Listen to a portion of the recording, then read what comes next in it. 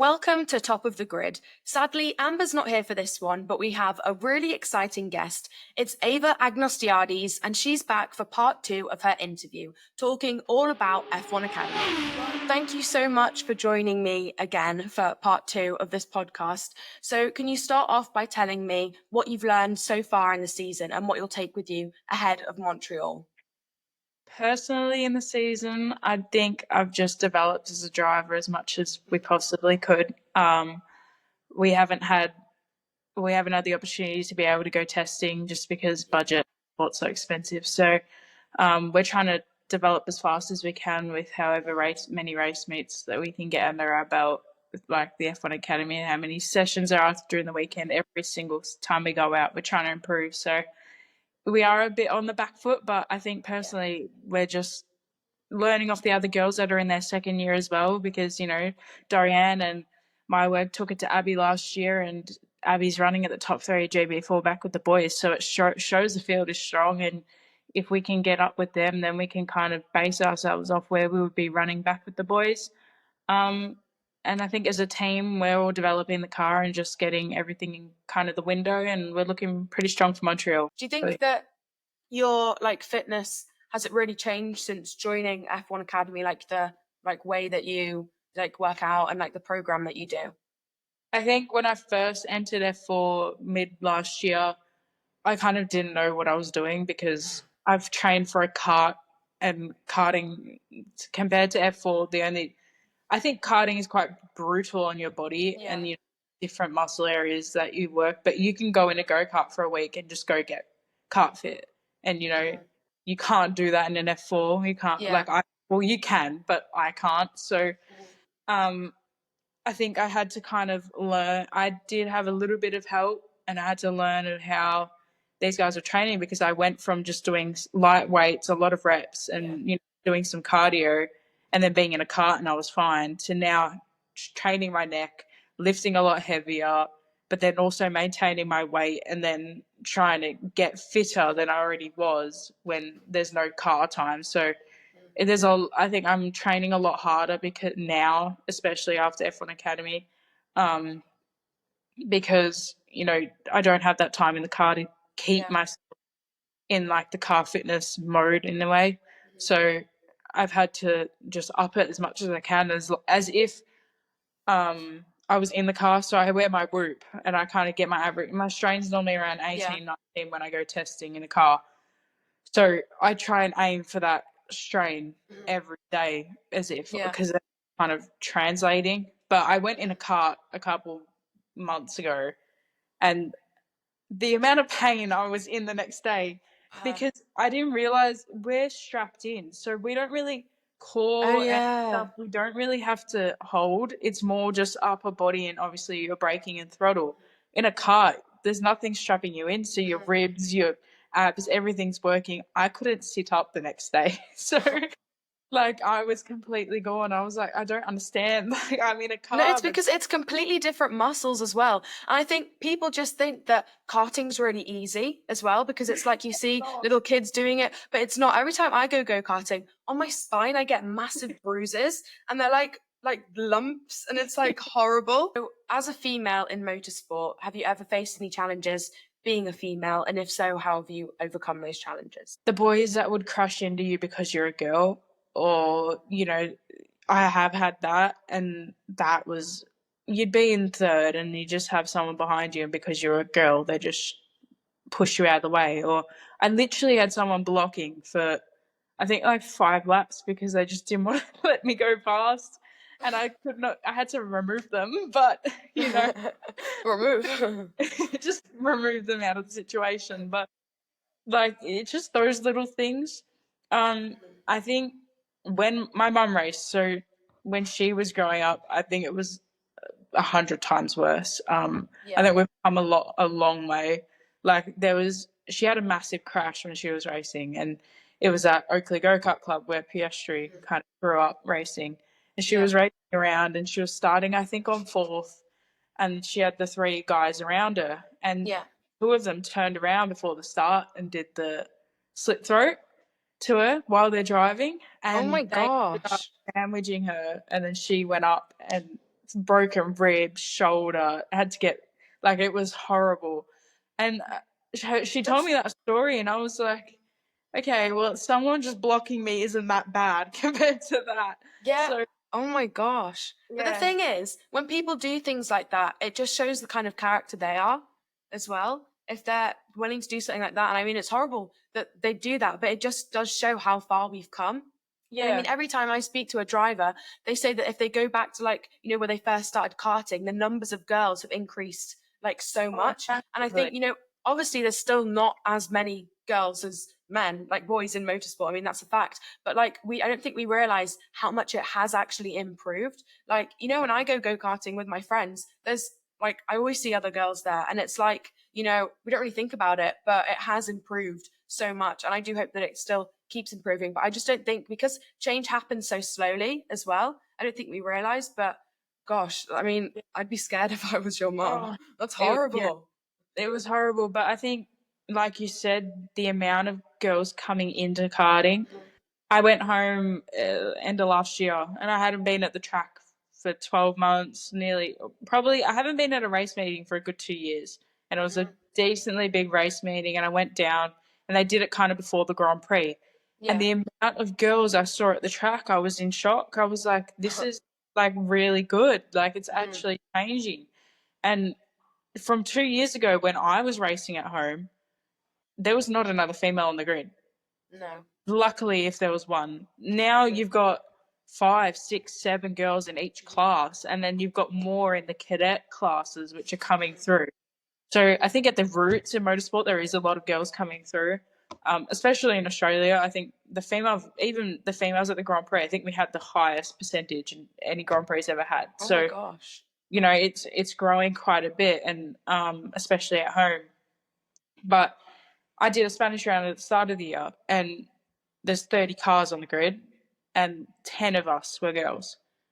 Really? So a third of the grid was female, and I think it was like the biggest numbers I've ever had is in females on the grid. So it is progressing, and I think it's a great thing. And I think now the girls in F1 Academy, once we all kind of move up, Yeah.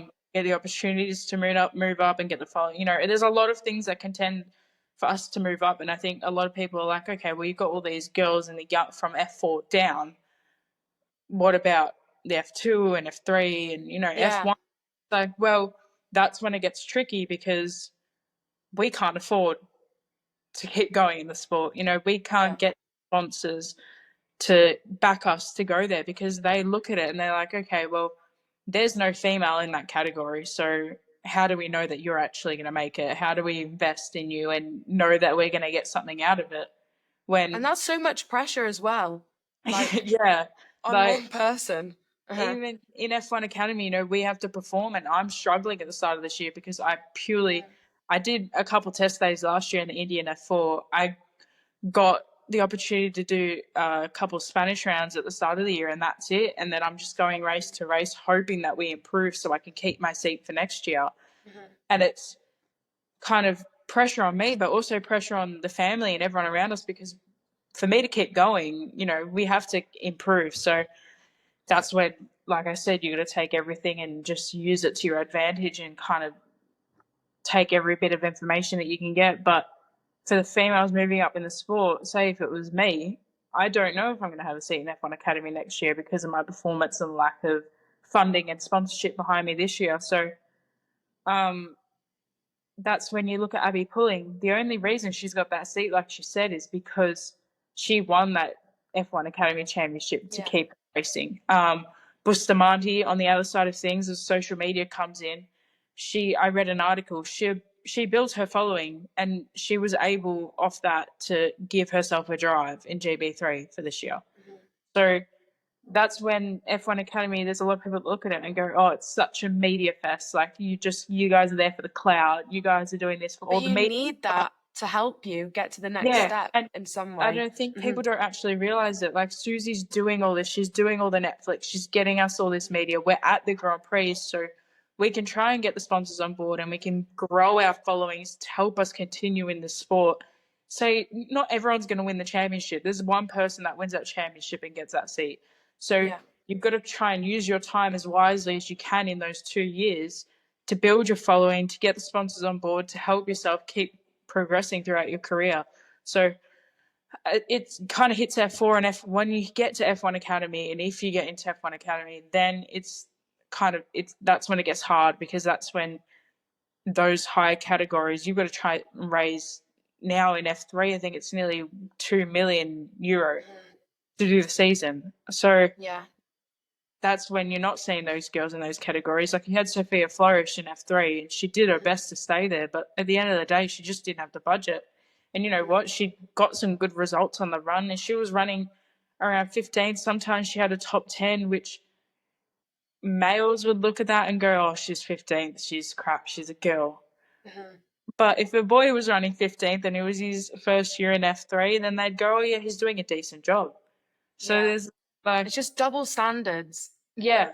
And I think Yeah. even for like us when we first start, everyone goes in their first F4 race and they run at the back. It's just, it's like you're starting in cadets again, or you're back at the first level of karting and you're learning everything again.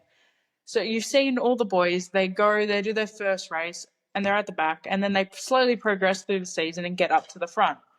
But a female goes and runs at the back. Oh, she's crap. She's just crap. And it's like, it's her first race. She's going to get better. Yeah, and that's how everyone starts. Like, everyone has to start at the back at some point. And if there was a boy there, they'd be like, oh, is his first race? Of course he's going to be at the back. He's going to improve. If a girl's there, they're like, why are they so far back? And it's like, you can't say that about one person, and then it's so unfair. Yeah, so I think that's what we struggle with, getting the females up into F3 and F2 now. But hopefully, and now having Abby in GB3, and she's doing a really good job. Like, she's having some strong races, and Silverstone, I think she was in the top 5. So, like, hopefully that kind of helps bring more girls through and shows the sponsors that, you know, there's a girl running up the front here. Look, this is what I want to do. You can kind of put that forward and help yourself progress. But I think without getting the girls in those categories, then we're going to struggle to get the funding and support to keep going. I mean, you've mentioned, you know, how inspirational Abby Pulling is to you. I mean, you mentioned it on the first podcast, and she definitely is. I mean, she's an amazing racer. She's doing really well at the minute. But is there anyone else that you look up to? Any other like drivers that inspire you? Chadwick as well. I think Chadwick, she won the championship 3 times in a row in women's series, and then she's just dominated in everything that she's kind of driven. And going to IndyCar as well, which, to be honest, that was kind of, when we were in Australia, I wanted to do the V8 route, and then I wanted to try and go to IndyCar, because that's really, I didn't really see F1 as an opportunity, like a possibility, because, you know, there's no girls in F1, and I kind of looked up to Dan Patrick as well. She's just she's like a little firecracker. I love Danica. But yeah, there's a lot of females in the sport, and then even Susie, like the stuff that she does outside of driving now.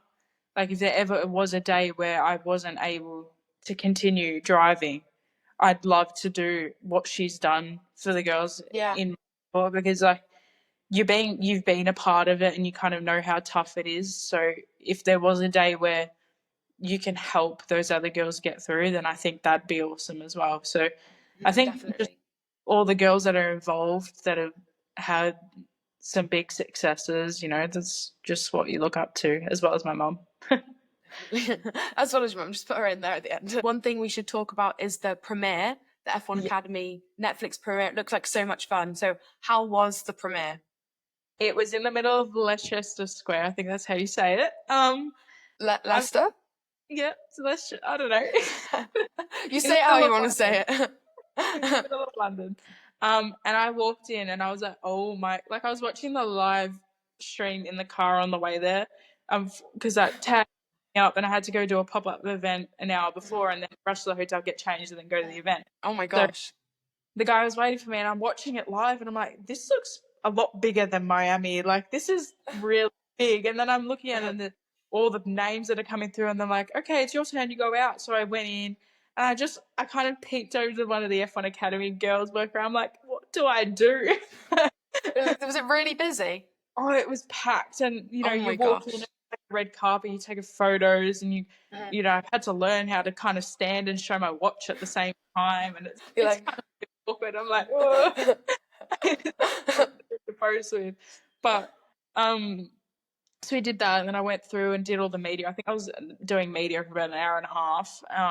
Then we got to go in, met up with my teammate. Then we went and watched it, and I was so nervous that they were kind of gonna put it more on the drama side of things. yeah. I would, because I think as a driver, you want the people to actually see what it's like racing and how. Yeah, and all the work that goes on behind the scenes. But Yeah, it's so easy for it to become like a reality TV show and like, show like yeah, disputes and like, things that people who aren't really into motorsport would like to see, not like the yeah, actual work and like the hard work. Because I feel like it can look really glamorous as well. Like, you've got a seat with F1 Academy, there's all these like cool sponsors, but they don't see that it's like, you're young and it's like your first kind of like actual year in this kind of car, and you've got all the pressure of having to do all the media stuff. Yeah, yeah. it's And difficult.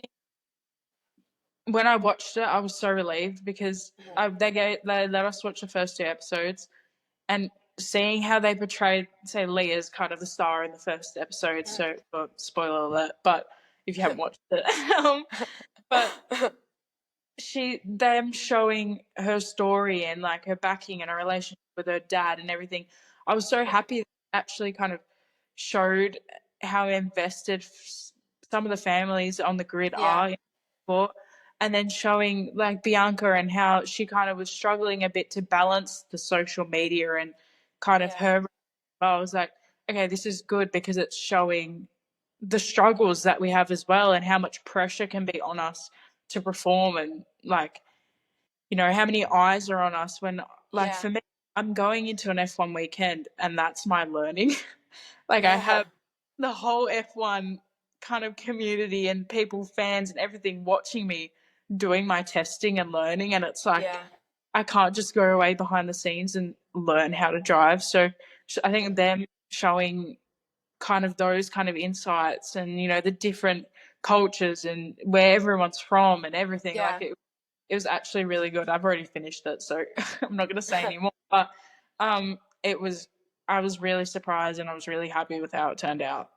Yeah, like with you mentioned Bianca, because I've watched like 1.5 episodes, I think, and Yeah, I didn't realize, because like when you see her, I think that like, doing things on social media is just so natural and it won't get in the way of things. And then when I was watching it, I was like, oh yeah, like it must get in the way like so much, and it's difficult. But you need to do things like that to raise money and like, yeah, to be able to afford it. But it's like you don't realize, because when you see things on social media, it just seems so easy and like it just comes naturally. And I was like, oh yeah, it must get in the way. Like it's difficult to be like signing autographs, like having so many fans doing things, taking pictures, and then yeah. also having to focus, on the race. You don't really Well, think about luckily things for like that. me, this year, you know, that everyone kind of knows your Maya work and your Dorian Pin and everything, Yeah, and all of us newbies, like, people know who we are, but we're not as big as them yet. So yeah, it's I get to dodge some people half the time.